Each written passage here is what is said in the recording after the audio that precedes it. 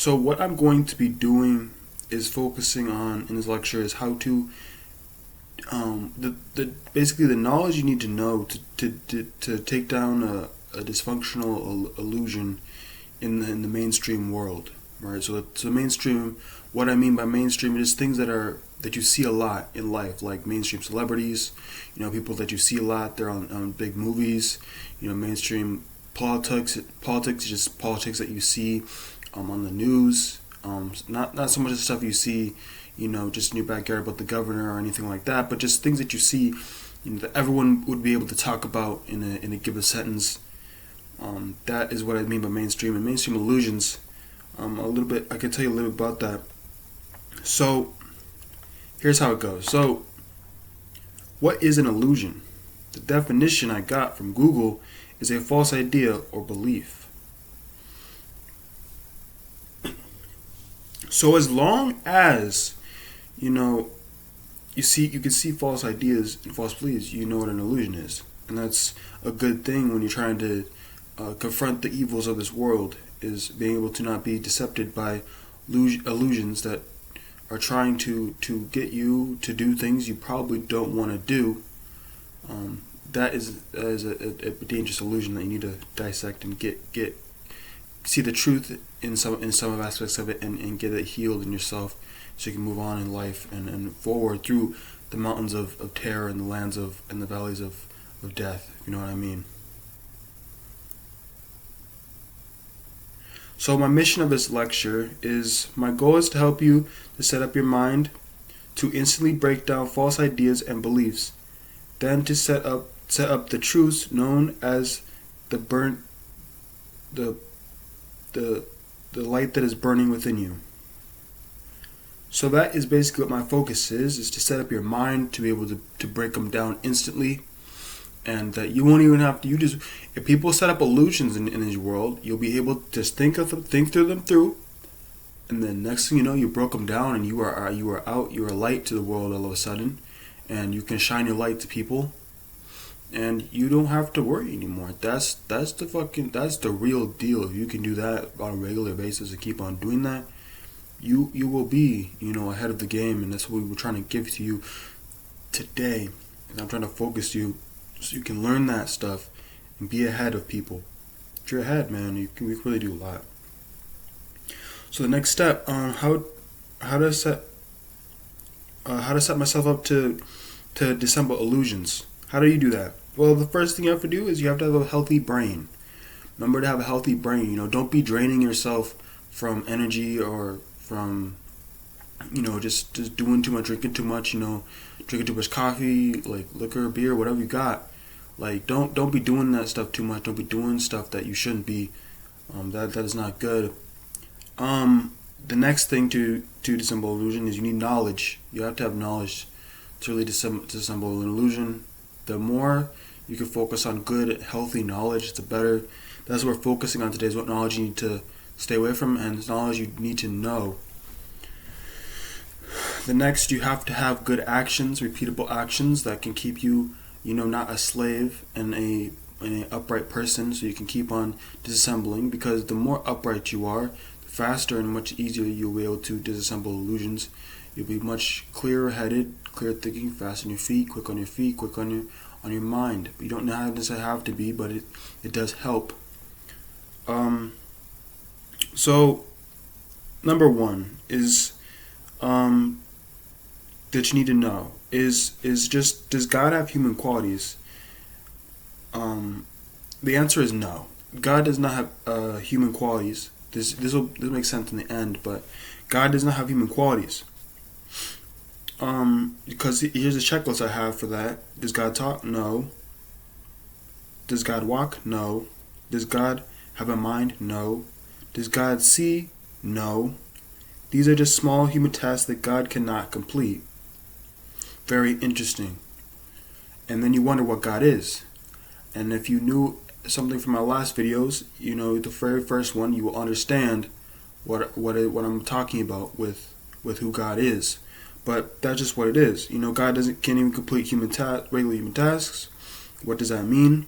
That basically means that God really It just show it basically in this world. There's beliefs about God that are false, and if you can see through them, because they are mental traps. If you can see through them that God is not about that, God doesn't do this, God doesn't do that. Okay, then I can weave my way through that thing and come out the other end a little better in the reality of the world that I can see. I can see reality, and that's the focus.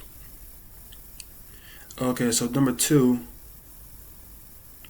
God is in the beginning of the creation of the world. After the world is created, he is gone like fire from ash.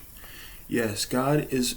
I believe God was only in the beginning of the creation of the world, and then after that, he's gone like fire from ash. You know what I mean? So after the fire is burnt down, there's nothing left. He's gone. He's gone. He disappeared, and all there is left is the ash to be blown by the wind. And really, any other decision that really comes to the ash is really what happens to it.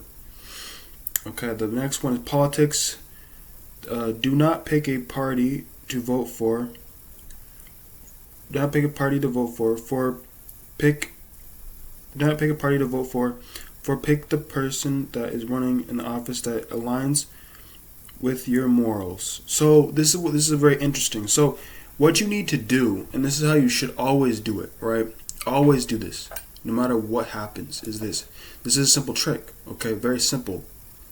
When you are looking at a candidate to run in the government, right, and you don't know who to pick, which side to pick, don't go just because you're a Republican. Don't go just because you're a Democrat. Think through it. How can I be a step ahead of even the Republicans? How can I be a step ahead of even the Democrats? How do I do this? It's very simple. What aligns with your morals will win.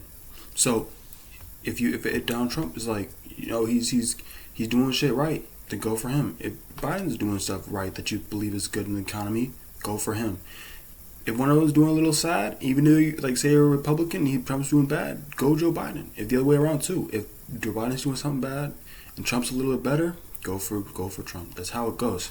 You gotta do what aligns with you morally, so that when you come out, you're clean. You can stand in front of people and be clean and honest and with an open heart to people. That is really what it should always be for you. Is very, very simple. I pick which one aligns with my morals and which one will have the best outcome too. Align both of those, and you will be surprised at how much you do win even in the politic realm.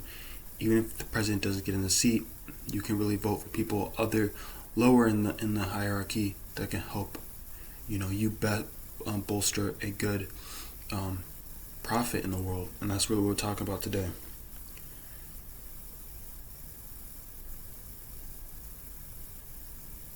Okay, so the next one is this. You need to have a life that builds the mind. How do I build a life that helps me have a productive, capable mind? I need to have a job or a career that helps me bring out the best parts of me. Remember to have a set of 5 or more things in life that I am willing to learn outside of my job. So, have things outside of your job that you're willing to learn. Have things that you are passionate about, that you want to see, in the world. Like for me, this YouTube channel. This YouTube channel is helping me, bring stuff into this world that I want to see growing and prospering. I want to see utilitarian philosophy really take off. I think we need to see this as another philosophy out there in this world. That's what I want to push for right now. And that's what I'm going to do. And then the last thing that I want to talk about, that you have to see through this part, because it used to be really, really mainstream back like last year, but I don't even know if it's still a thing really anymore. But it was the manifestation whole scene, right? This whole manifestation scene was very big, and we don't need that to come back, because all it is just people talking about, really their emotions in a kind of a competitive way, where you have a hierarchy of emotions, and those emotions are really levels to really show you where you could gain in life. So like love is like the highest one, and if you have most love in your life, then you will succeed in life and stuff like that, most likely over somebody else, which I don't believe is true. I think that you can really get through life with very little love for really anything, and still succeed farther than a person with a lot of love. That's what that philosophy tries to hide from you. And this whole being on the really thing that really sucks about it is it's like be on this vibration and it attracts different things about you, which is not true at all. A dollar bill is not going to be more attracted to you just because you have love in you. It makes zero sense. It's not truth. It's not real. A dollar bill does not care if you have love in your heart. Like, nobody cares if you got love in your heart. They care about what you can produce. Maybe love will help you produce. If love helps you produce, then go get some love. But if some people really need just other different emotions that to help them focus, and to say that love is the best one, when mainly most of life is just, do the same thing over and over and over again, expect to succeed. Love is dwindling in that whole scenario. So just focus on what you gotta do, execute, and whatever comes within you, take it, harness it, and use it, regardless of if it is love or not. Because it won't be long before you don't want to feel calm anymore. All you want to do is feel love, which isn't cool anymore. That's not good. That's not how it should be. It should always be about, what can I do with this negative emotion? How can I transmute that emotion to a positive that I can work through much more efficiently? So, if you're nervous about something, like something just pops up and you're nervous about it, try to do it anyways. And this is how you know. If it gets over, like if the nerves get overbearing, then come on. You at that point, yes, you gotta chill. But if you can push through that and you can become stronger, and you're willing to become stronger through the nervousness, then yes, push through it. It will change your nervousness if it's something that is purposeful and is natural by nature. Then it will change, and you'll transmute yourself, and you'll basically become a better version of yourself. And this could happen. How long does it take to change an emotion? I'd say 15 seconds. You can change an emotion. Sometimes it depends on how dark. It might be like 30 seconds to a minute, maybe even an hour, depending how dark that emotion is. But if you can really try your best to change an emotion, and try to open yourself up to continuing even in negative emotion, even in sorrows, you can really do a lot. And that is the purpose of this philosophy, is to open your mind to be able to push through negative emotions, and even in anger can change into peace if you really know what's natural, and what can be, and what's natural to nature, and what's your nature, and where you can align that and make yourself more feel at peace and home and harmony.